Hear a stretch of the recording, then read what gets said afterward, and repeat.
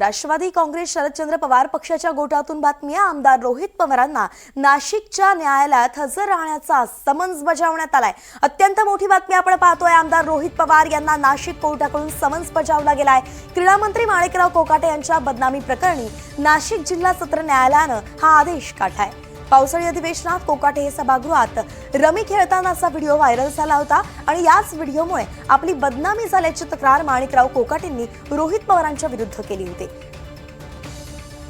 तर आपण पाहतोय की आता माणिकराव कोकाटेंचा जो व्हिडिओ रोहित पवारांनी शेअर केला होता, आरोपांची सरबत्ती त्यांच्यावरती लावली होती, त्यानंतर मात्र ते सुद्धा अडचणीत आलेले आहेत, कारण की माणिकराव कोकाटे यांनी त्यांच्या विरुद्ध याचिका दाखल केलेली आहे। बदनामी झाल्याचा, मानहानीचा दावा त्यांनी केला होता आणि त्याचनुसार आता नाशिक कोर्टाने त्यांना समन्स बजावलंय। आज त्यांना हजर राहण्याचे आदेश देण्यात आलेत। रोहित पवार हजर राहतायत का हे पाहणं महत्त्वाचं असणार आहे। त्यांचा जबाब या सर्व प्रकरणामध्ये महत्त्वाचा ठरतोय।